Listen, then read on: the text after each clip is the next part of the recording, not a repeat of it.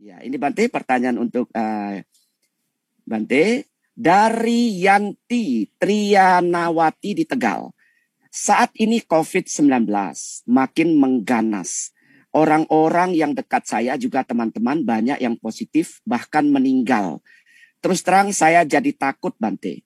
Bagaimana sikap saya agar tidak terlalu takut? Nah Bante silakan Bante, ini pertanyaan sejuta semiliar umat di dunia Bante. Iya.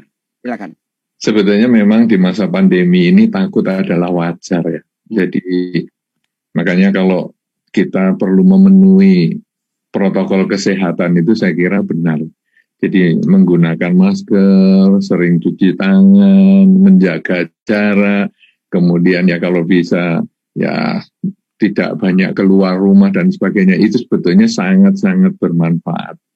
Nah, cuman kadang kan kita butuh sosialisasi ya, tinggal di masyarakat, tetap harus ikuti protokol kesehatan itu.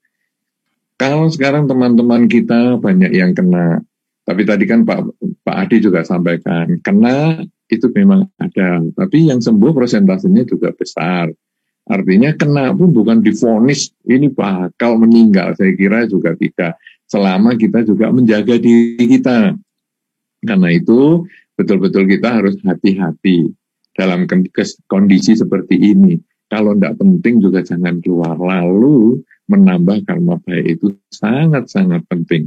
Karena seperti yang tadi juga sudah saya sampaikan, karma baik ini bisa memberi kesempatan kita terseleksi, seleksi alam untuk kita terhindar. Ya, kalaupun sampai terkena, karena nanti kan ada orang ngomong, loh berarti yang kena itu kan karma buruk semua.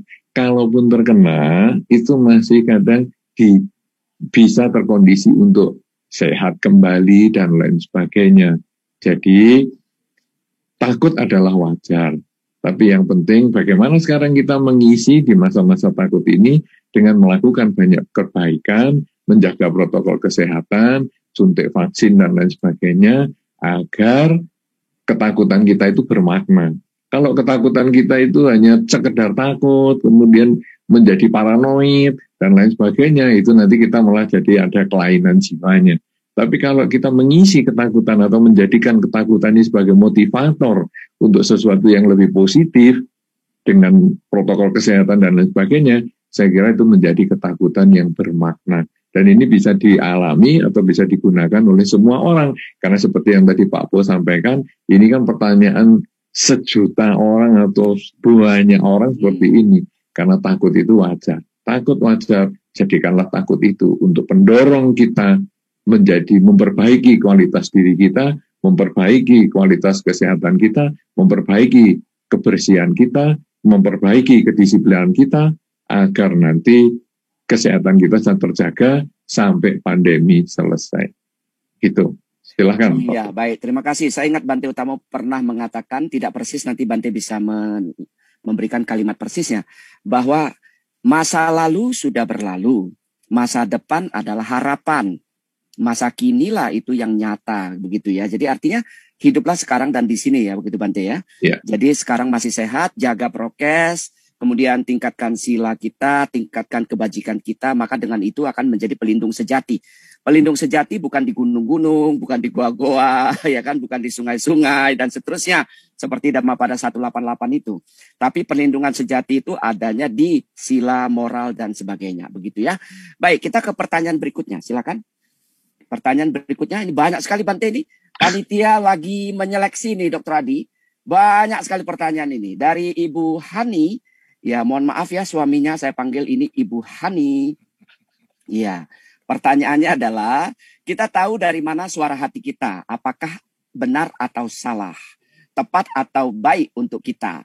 Kadang-kadang kita ikut suara hati, ini untung tidak dalam kurung suara hati istri ya. Ya kan? Kadang-kadang kita ikut suara hati, tetapi kok malah kesannya berantakan. Sehingga lama-lama jadi tidak percaya sama suara hati atau feeling sendiri. Padahal ada beberapa orang yang feelingnya jitu. Nah, bagaimana mengasah agar suara hati feeling jitu? Wah, ini gimana ya Dr. Adi nih? Silakan. Oke, terima kasih. Ini kita kembali lagi pada teori ego personality. Nah. Ya. Jadi mudahnya begini. Orang sering bilang gini, Pak Adi, saya nih suara hati saya bicara begini. Ada lagi, kalbu saya bicara begini. Ada lagi bilang, sanubari saya, batin saya. Saya bilang, itu susah kalau menggunakan definisi seperti itu ya. Jadi mudahnya begini. Tadi kan saya bilang bahwa kita ada banyak EP, bagian diri. Jadi, kita perlu satu EP sebagai CEO, sebagai pengatur. Jadi kalau misalkan kita ini anggaplah, saya misalkan kemudian di dalam ruangan ini ada tim saya, misalkan ada 10 orang. Nah, kita perlu mendengarkan suara-suara mereka, tapi kita yang berkeputusan gitu loh. Seringkali orang itu tidak cukup bijak, jadi ada suara, ada EP berbicara langsung didengar, ada EP berbicara langsung didengar. Kita perlu melatih EP CEO, kita perlu bijak. Waktu kita meditasi teman-teman ya, melatih meditasi, melatih fokus, sebenarnya yang dilatih adalah EP CEO-nya. EP CEO bilang, oke, sekarang fokus pada napas, oke, fokus pada napas. Tiba-tiba pikiran sudah datang kemana ini? Nanti 10 menit, 15 menit kemudian baru, loh, saya kan lagi meditasi ini. Terus gimana? Dikembalikan napas itu pada objek. Nanti kalau semakin kuat konsentrasi kita, itu kan nanti pada saat ini mau lari dari objek, itu kan kita langsung tahu tuh. Yang tahu itu adalah EP CEO-nya. Nah, sama juga dengan interaksi di dalam diri kita. Ada suara bilang, ayo melakukan ini.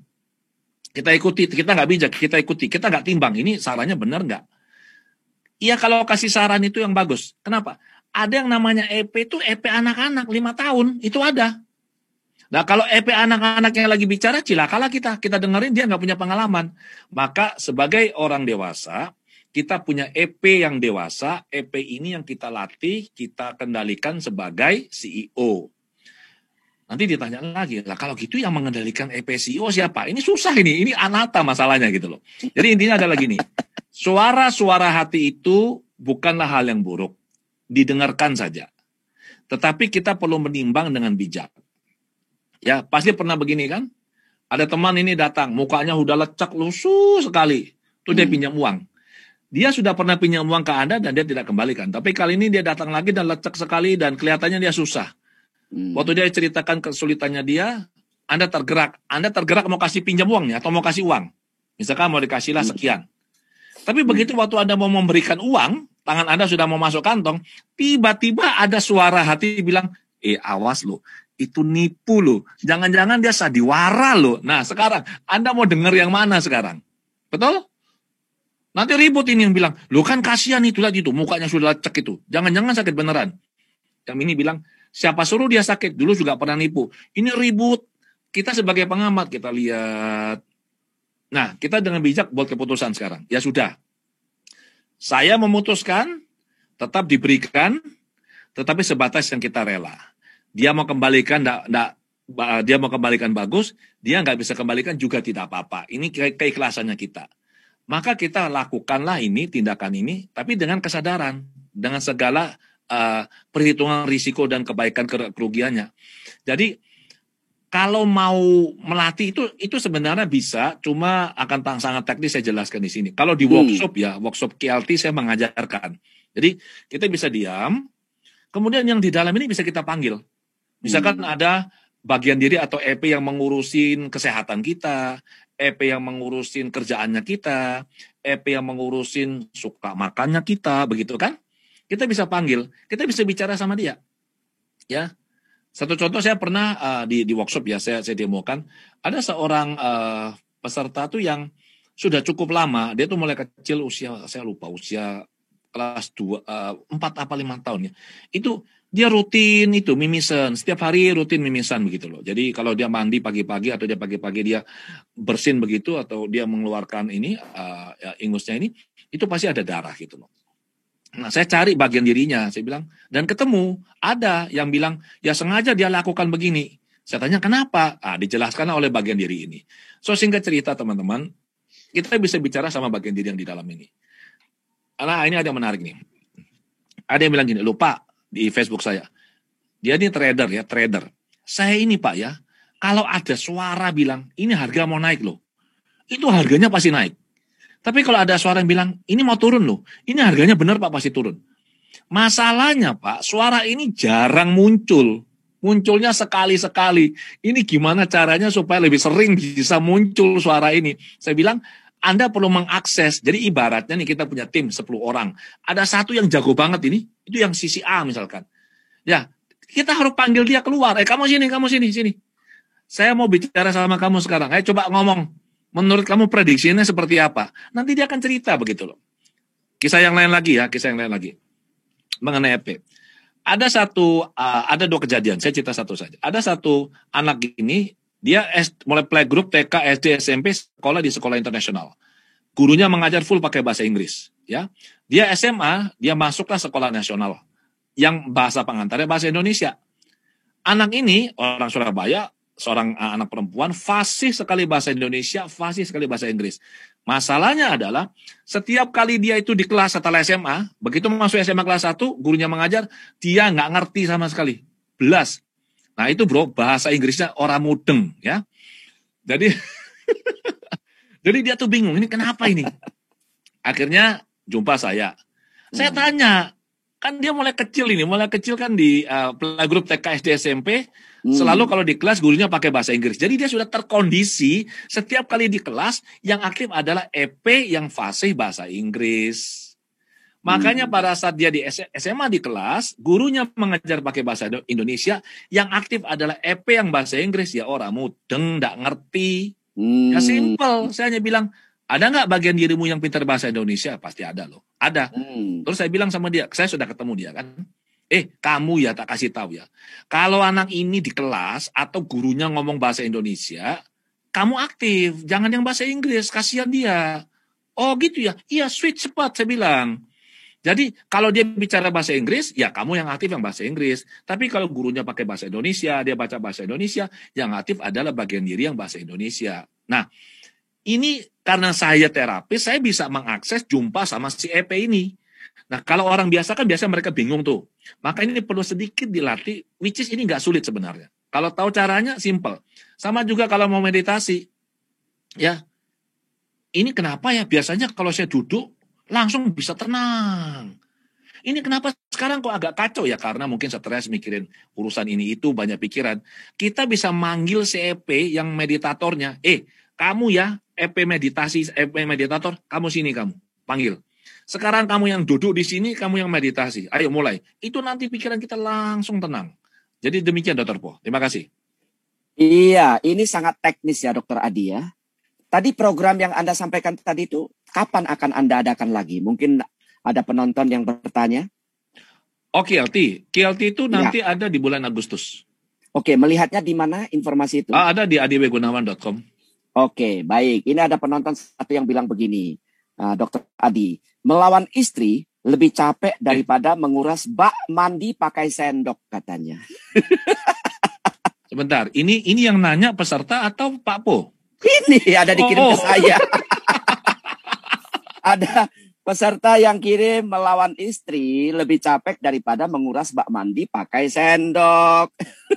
Itu pernyataan Pak Po, bukan pertanyaan. Iya, benar. Baik penonton yang kami hormati, utamanya di Zoom, silakan dibuka kamera Anda. Kita mau foto nih, kapan lagi foto dengan orang terkenal, ya kan ya? Silakan dibuka kameranya. Kita akan foto bersama sejenak ya Bante. Izin Bante, Dr. Adi. Kita foto bersama, panitia bisa menyiapkan diri untuk melakukan ya. Nah, ini sudah buka kamera semua. Silakan. Ya, yang kelihatan atasnya aja kok. Bawah pakai apa nggak penting ya, nggak kelihatan ya kan. Tenang saja. Yuk, mari kita lihat ya. Panitia silakan ya. Saya bacakan ya. Ini ada banyak sekali. Ya, silakan. Layar satu. Slide pertama. Ya. Terus ini yang jepret ya. Ya. Baik. Saya juga slide kedua. Salin dia ketiga. Keempat. Kelima. Ada 17 ini, sabar ya. 6, 7. 8. 9. 10. 11. 12. 13. 14. 15. 16, 17. Sudah. Mantap sekali.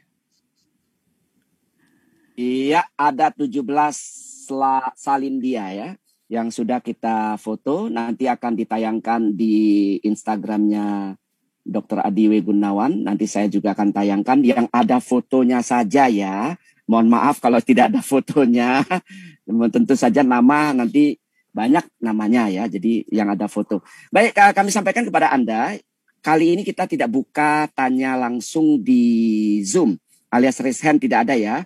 Jadi silakan diketikkan pertanyaan Anda. Di YouTube sudah ada yang menonton 946. Iya, silakan kita tunggu sampai 1000 ya. Minimal 1000 gitu ya Bante ya. Supaya semakin banyak orang yang mendapatkan manfaat dari siaran kita pada hari ini. Yang ada di Zoom juga hampir mencapai 400. Pertanyaan berikutnya, silakan. Iya, untuk keduanya. Iya, Ibu atau Bapak Tio Siu Hua. Ya, sepertinya Ibu ya. Pertanyaannya, bagaimana menghilangkan rasa sedih sangat dalam, kecewa pada seseorang yang dekat dengan kita. Sekarang dia seolah menjauh. Bagaimana saya harus menerima kenyataan ini? Ya bacanya kan harus begitu, sesuai rasanya kan begitu ya. Silakan Bante. Iya, ya memang kadang kalau kita ditinggal oleh orang yang dekat dengan kita, dia kemudian menjauh, mungkin ya timbul rasa sedih, sakit hati, yang mungkin kalau tadi kita sudah bahas tentang waktu Pak Hadi punya niat untuk selalu di kelahiran berikutnya punya istri yang sama atau pasangan hidup yang sama, itu kan sebetulnya karena tidak ingin berpisah. Dan perpisahan itu menyakitkan. Yang tadi saya contohkan misalnya dengan anjing yang umurnya lebih kecil dari kita, hanya 15 tahun, itu ketika kita ngerasakan perpisahannya itu sedih sekali loh kalau kita sudah dekat dengan anjing. Sampai akhirnya kadang-kadang ada orang yang fotonya anjingnya dibawa kemana-mana, mendiang anjingnya itu. Padahal dia punya orang tua yang sudah meninggal, malah nggak pernah dibawa kemana-mana fotonya. Nah, jadi itu karena dekat sekali, jadi ada rasa sakit, ada rasa yang nggak nyaman di dalam batin. Nah, kemudian kalau tadi pertanyaannya tadi juga sama, jadi kita sudah dekat sama dia, kemudian berpisah, rasanya apalagi kalau berpisahnya ditinggal, ini kadang-kadang lebih menyakitkan. Jadi ditinggal itu lebih nggak enak daripada yang meninggalkan. Itu kalau dulu kita kadang-kadang kan bertiga jalan-jalan ya. Kita kan bertiga ini, ada Pak Adi, ada Pak Po, kemudian kita bikin acara di tempat lain. Kita bertiga ini bisa ketawa-ketawa, ngakak-ngakak di panggung bersama, di mana kita di tempat kumpul kita bisa ketawa-ketawa terus. Tapi yang di rumah yang ditinggal, istri-istri, ya istrinya Pak Adi, istrinya Pak Po, dan keluarganya Pak Adi, keluarganya Pak Po, itu sebetulnya tidak senyaman yang jalan ini. Yang jalan ketawa-ketawa, yang di rumah, aduh ngapain ya suami saya ini baru ngapain ya, atau papa aku baru ngapain ya, ada kepikiran seperti itu. Sehingga kalau orang mau meninggal pun kadang suami istri tanya, kamu lebih senang saya tinggal duluan, apa kamu senang kamu meninggal duluan? Itu jawabnya juga, aku lebih senang meninggal duluan. Karena kalau ditinggal itu aduh stres, mikiri terus. Nah, jadi itu pertanyaan yang tadi Anda tanyakan itu wajar banget. Bahwa ditinggal kok rasanya nggak enak. Ya betul, ditinggal itu nggak enak. Ya, tetapi butuh waktu untuk menyesuaikan diri. Jadi kita kalau misalnya pergi ke tempat orang yang baru ditinggal pacar atau ditinggal orang tua atau bahkan orang tua meninggal atau pasangan hidup meninggal, kita tidak usah mengatakan sudah jangan nangis meninggal, sudahlah nanti kan itu orang tuamu sudah bahagia lah, orang tuamu itu kan baik sekali, pasti sudah bahagia. Kamu kok tahu kalau orang tuaku bahagia? Apa kamu pernah nengok ke sana, di alam sana? Kan malah repot. Jadi kita nggak bisa mengatakan gitu, jangan nangis. pacar begitu aja nangis, jelek begitu, nanti kita cari lagi yang lebih baik. Karena itu tidak bisa, karena kesedihan orang itu adalah wajar, karena kemelekatannya itu tadi. Kalau dalam bahasa pertapa yang ditanya tadi, kan itu kan kelahiran kembali kan menderita. Iya, memang kemelekatan itu tidak nyaman. Kita lebih baik mengkondisikan dia, kamu boleh sedih, kamu bisa menangis karena ini orang tuamu meninggal, nih pacarmu pergi. Kamu boleh sedih, tapi kesedihanmu itu jangan menghancurkan hidupmu hari ini maupun besok. Kalau tadi saya diingatkan Pak Apo tentang masa lalu itu sudah tinggal kenangan.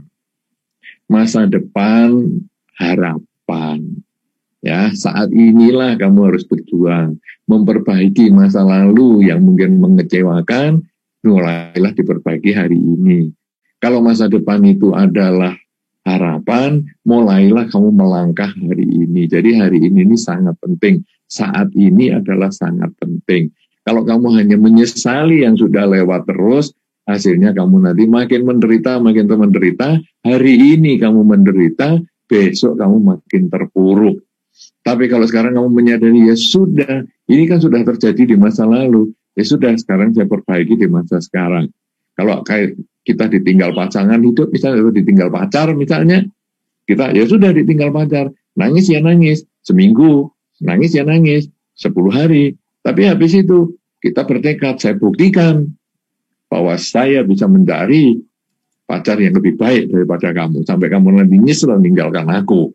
Nah itu kalau ditinggal pacar. Tapi kalau sekarang ditinggal oleh pasangan hidup, meninggal, atau orang tua meninggal, kita bisa sedih, ada masa berkabung, 3 hari, 7 hari, itu sebetulnya masa perkabungan itu artinya nenek moyang kita itu memang begitu itu. Berkabung itu ada waktunya. 3 hari, 7 hari, 49 hari, kemudian 100 hari, ya kemudian setahun, kemudian 2 tahun, 3 tahun, dan seterusnya. Itu sebetulnya masa perkabungan. Nah kemudian kalau sudah 3 tahun atau 1000 hari ini, kok sudah tidak ada lagi perkabungan? Iya, karena memang dianggap 3 tahun ini perkabungan yang maksimal. Kamu kalau sampai perkabungan sampai 4 tahun, 5 tahun, 10 tahun, wah ini sudah nggak sehat untuk dirimu. Tapi kalau sekarang sudah 3 tahun itu, kemudian ya tiap tahun ya peringatan saja lah. Seperti kalau ada ulang tahun tiap tahun, ya ini ya peringatan kematian begitu. Tapi sudah tidak ada kesedihan. Nah kalau sekarang kita ditinggal pasangan hidup atau ditinggal oleh orang tua, kesedihan kita itu maksimal hanya 3 tahun. Tapi kalau bisa seminggu atau 100 hari, sudah. Kemudian kita bertekad, jadikan kesedihan itu sebagai motivator. Bahwa, loh sekarang kok saya ditinggal pasangan hidup, loh kok saya sekarang ditinggal oleh orang tua saya. Berarti mulai sekarang saya harus, kalau pasangan hidup misalnya, saya harus menjadi ayah dan ibu sekaligus untuk anak-anak. Supaya tanggung jawab pasangan hidup ini sudah diserahkan kepada saya. Saya jangan hanya bersedih, kemudian saya mengecewakan pasangan hidup yang sudah meninggalkan saya. Sekarang saya harus sebagai ayah dan ibu untuk membesarkan anak-anak. Karena saya sudah dipercaya oleh pasangan hidup saya untuk secara sendiri membesarkan anak-anak. Kalau sekarang ditinggal orang tua, juga sama. Setelah ada masa perkabungan, mungkin seminggu, atau mungkin 49 hari, atau 100 hari, tergantung kita, karena setiap orang itu punya kekuatan batin yang berbeda-beda untuk menanggapi perpisahan itu. Kemudian, saya sudah dipercaya orang tua sebagai mandiri ini.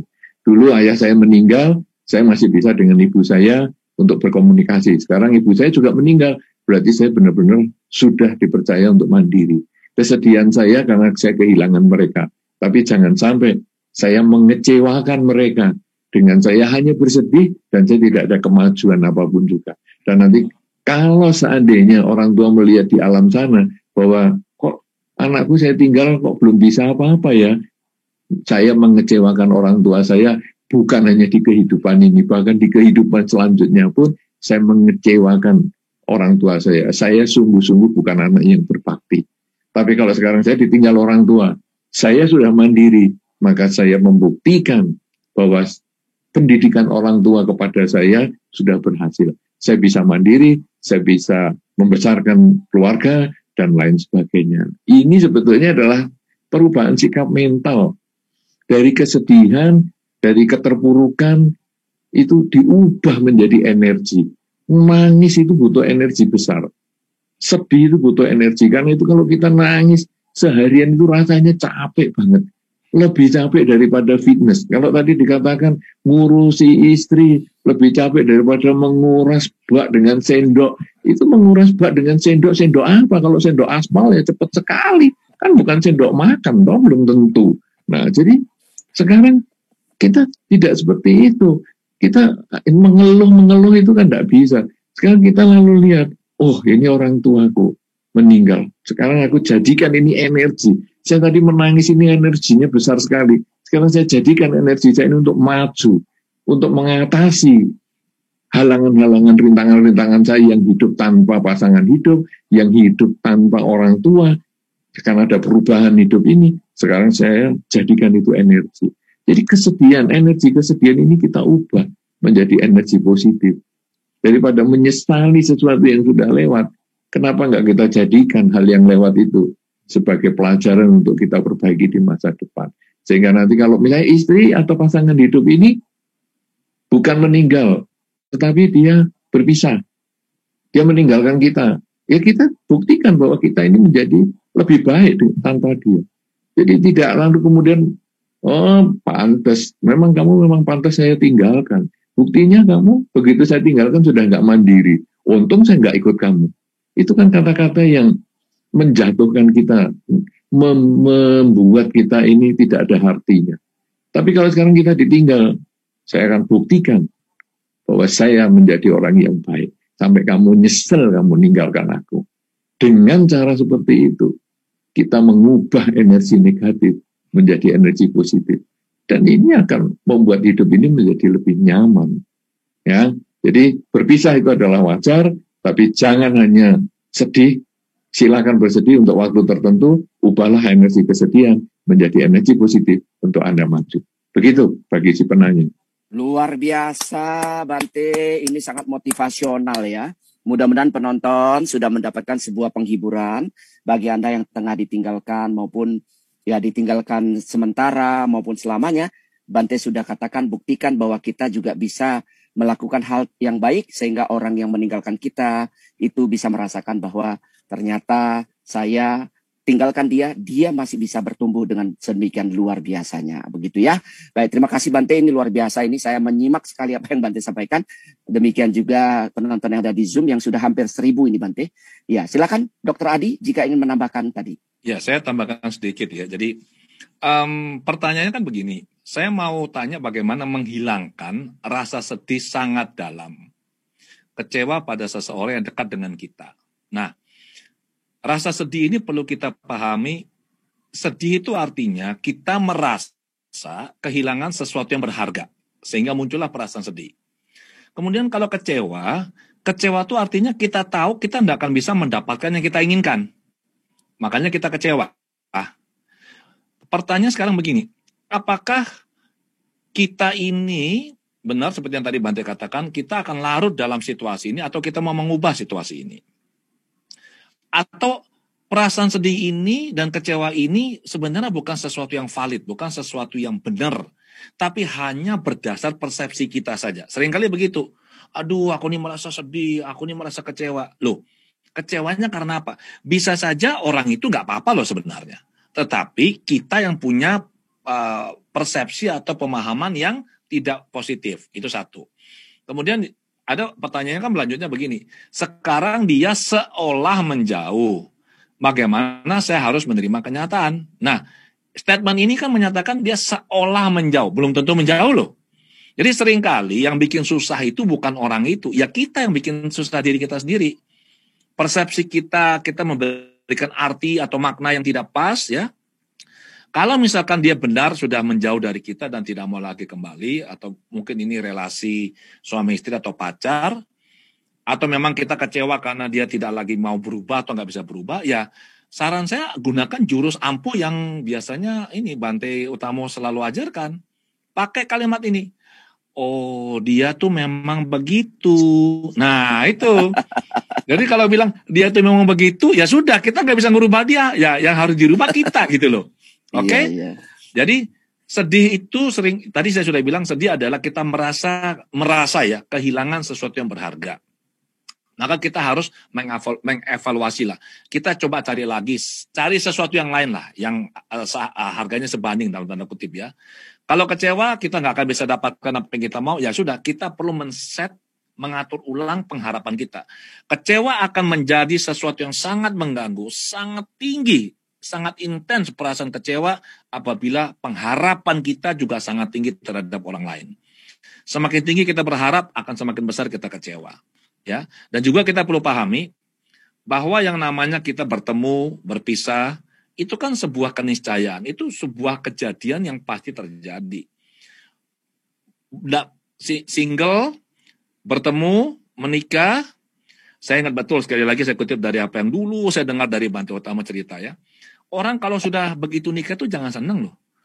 Anda lahir, itu begitu Anda lahir, ada sertifikat lahir itu, sertifikat meninggalnya tuh sudah ada, cuma belum ditulis loh. Kalau Anda menikah, Anda teken sertifikat itu surat kawin ya, bukan surat nikah. Kita pakai surat kawin istilahnya ya. Surat perkawinan itu menyatakan Anda sebagai suami istri secara legal formal sah. Tetapi ingat, itu tinggal sudah diteken nanti pisahnya karena cerai meninggal atau cerainya tidak meninggal ya. Perpisahan itu pasti terjadi. Cepat atau lambat, dalam kondisi yang baik ataupun tidak baik. Itulah prinsip anicca kan sebenarnya. Nah kalau kita bisa memaknai ini, kita bisa menerima ini sebagai sebuah proses kehidupan, itu akan jauh lebih ringan bagi kita. Dia nggak mau berubah, ya sudah. Ada teman saya ngomel, wah ini dia begini-gini. Saya bilang, udah jangan sakit hati. Dia memang begitu, ya sudah selesai. Terima kasih. Baik, luar biasa ya buat penanya supaya Anda terhibur bahwa tadi kan sudah saya bacakan, Bante sampaikan, saya hanya menyampaikan ayatnya 211 ya kan. Bertemu dengan yang dibenci, berpisah dengan yang dicintai adalah duka gitu kan ya. Jadi itu sudah ini. Tapi kalau Anda tidak mau duka, Anda nanti baca Dhammapada ayat 200. Sungguh bahagia bagi orang yang sudah tidak memiliki rasa ingin memiliki. Latihan pelan-pelan ya. Latihan pelan-pelan, saya juga latihan pelan-pelan kan. Kehilangan handphone, ya sudahlah, dia memang begitu. Ya kan, maksudnya handphonenya memang nggak mau ikut saya maksudnya. Jadi memang luar biasa, kita coba praktik pelan-pelan ya. Saya kira bisa, semoga kita bahagia. Dan Anda yang sudah mendengarkan ini, ya Bante, Dr. Adi, saya pribadi tentu sangat bahagia kalau orang yang bertanya ini sudah berbahagia, mendapatkan jawaban dari Bante.